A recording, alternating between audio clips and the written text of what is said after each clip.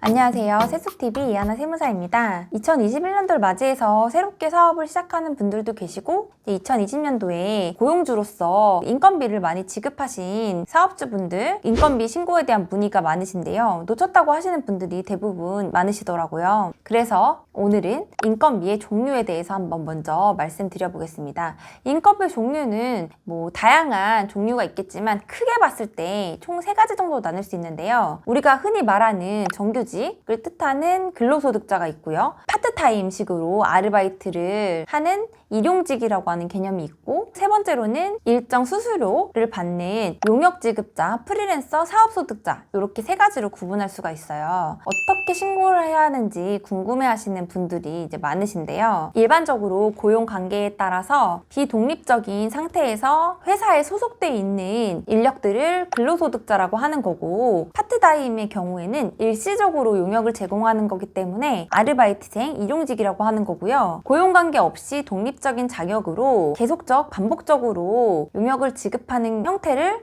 사업소득자라고 하고 있습니다. 이렇게 3가지 중에서 근로자, 아르바이트생, 사업소득자 3가지를 좀 본격적으로 한번 장단점에 대해서 알아보겠습니다. 근로소득자에 대한 이야기를 먼저 할 수 있겠는데요. 근로소득자가 되면 회사에서 가장 먼저 계약을 하고 4대 보험을 취득신고를 해주게 됩니다. 4대 보험 취득신고를 하면 근로자가 50%, 사업주가 50%를 부담하면서 연봉 계약을 한다고 하죠. 그래서 연봉을 계약하고 거기에 따른 비과세를 제외한 나머지 부분에 대해서 4대 보험 취득신고를 하면서 그렇게 신고를 하게 되는데, 이제 그 경우가 보통 계약직이나 정규직 이렇게 뜻하고 있죠. 연 단위로 계약하는 분들을 말씀드리는 거예요. 사업주 분들이 4대 보험을 많이 가입시키는 정규직이나 계약직 근로자들을 뽑을 때는 이렇게 실수령액이 낮아지면 사업주도 50%의 4대 보험을 부담해야 되고 근로자도 실수령액이 낮아지기 때문에 단점만 있다고 생각하시면 안 돼요. 장점이 뭐냐면 현재 지금 나라에서 굉장히 많은 지원금 제도를 운영하고 있잖아요. 4대 보험 지원금에 대해서 앞서 설명드린 영상도 있고, 그래서 그런 지원금 그리고 고용 지원 형태에 대한 어떤 각종 공제나 세금 혜택을 받을 수 있기 때문에 청년들의 그 취업을 양성하기 위해서 기업 차원에서는 많은 지원금을 받으실 수 있으니까 꼭 단점만 있는 거는 아닙니다. 근로자들도 실수령은 낮아지지만 장점이 있는데요. 이제 4대 보험 가입했다고 하면 우리가 요새 이제 집을 사거나 전세자금 대출을 받거나 이럴 때도 내가 4대 보험 가입자로서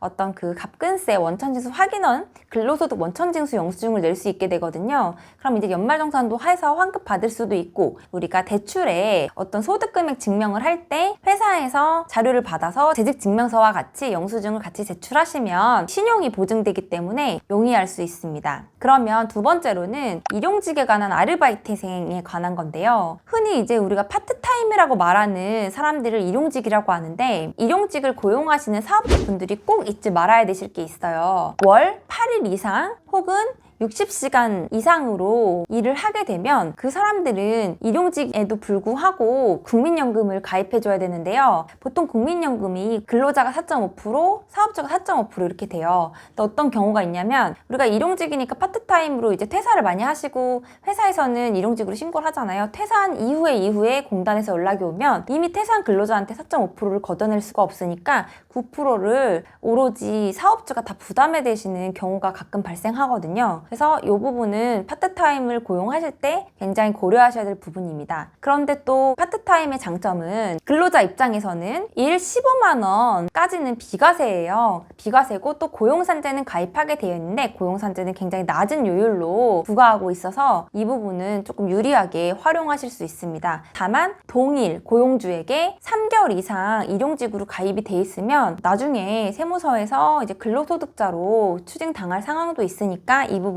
좀 주의해서 고용을 하고 고용주나 아르바이트생 둘 다 결정을 하셔야 될 것 같아요. 그럼 두 번째는 일용직에 관한 이야기였고요. 마지막으로 세 번째가 굉장히 사업주분들이 좀 좋아하시는 인건비 신고 부분 중에 하나인데요. 이유는 사업주분들이 부담하실 게 별로 없어요. 그냥 단순히 인건비 신고 시에 지급액의 3.3%만 떼고 지급하시면 되는 건데, 그럼 여기서 3.3%는 그냥 사업주가 챙기시는 부분이 아니고 반드시 세무서에다가 대납을 해주셔야 됩니다. 예를 들어 100만 원을 지급하신다고 하면 96만 7천 원은 지급자한테 주시면 되고 나머지 3만 3천 원에 대해서는 세무서와 구청에다가 반드시 지급일의 다음 달 10일까지 이제 납부를 해주셔야 되는 것까지 잊지 말으셔야 될 것 같습니다. 가령 그냥 3.3% 떼고 지급했다고 하고 나중에 3.3% 신고한 내역이 없는 경우들이 있거든요. 그래서 그냥 내가 3.3%를 뗀다고만 생각하지 마시고 그거를 반드시 다른 곳에다가 내야 된다는 사실을 좀 명심해 주셨으면 좋겠습니다. 여기에 굉장히 장점은 3.3% 이외에 뗄 게 없거든요. 그래서 4대 보험 가입 의무도 없을 뿐더러 받는 사람의 입장에서는 단점이 하나 있다고 하면 지역보험료가 발생을 할 수 있고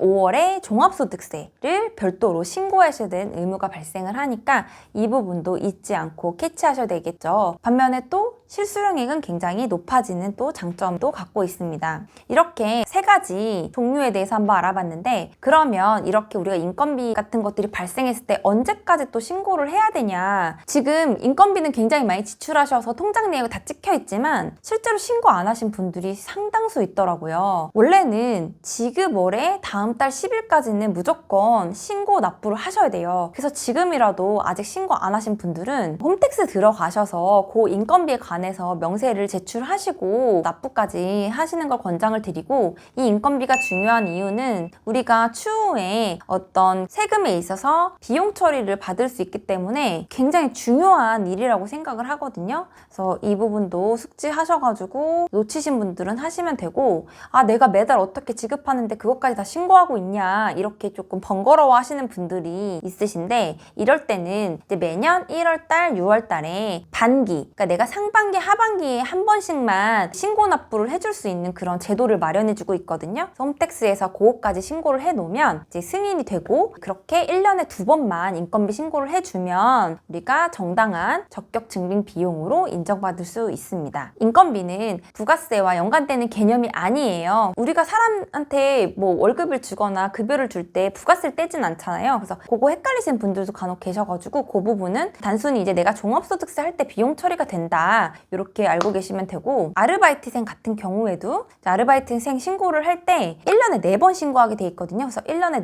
4번 3개월에 한 번씩 신고하게 돼 있고 또 그것도 사실 근로복지공단에다가 뭐 근로내역 확인서라고 해서 그 부분도 신고 의무가 있으니까 그것도 한번 확인하셔가지고 꼭 인건비 신고 지급만 하지 마시고 신고까지 해서 적격 증빙으로 인정받으시길 바라겠습니다. 신고는 앞서 말씀드렸지만 홈택스에서 간단하게 또 신고하시면 되고 인건비 신고 무슨 말인지 모르겠다 하시는 분들이 보통 이제 기장도 하시고 기장 안 하시는 분들은 일회성이라도 세무대리인 도움을 받으셔서 신고를 꼭 하시기를 권장드립니다. 오늘은 이렇게 직원분들, 아르바이트생, 사업소득자들한테 인건비 신고하는 그런 종류 그리고 방법에 대해서 한번 알아봤는데요. 이 중요성에 대해서는 계속 강조를 드렸지만 우리가 종합소득세 할 때 비용 처리를 할 수 있는 영역이 한계가 있어요. 그래서 그런 인건비를 통해서 내가 진짜 혼자 사업을 할 수가 없는데 지불한 비용을 이체 내역만 있다고 해서 세무서에서 인정해주지 않는다는 사실을 명심하시고 앞서 말씀드린 많은 설명들을 바탕으로 인건비 신고 현명하게 잘 하시길 바라겠습니다. 감사합니다.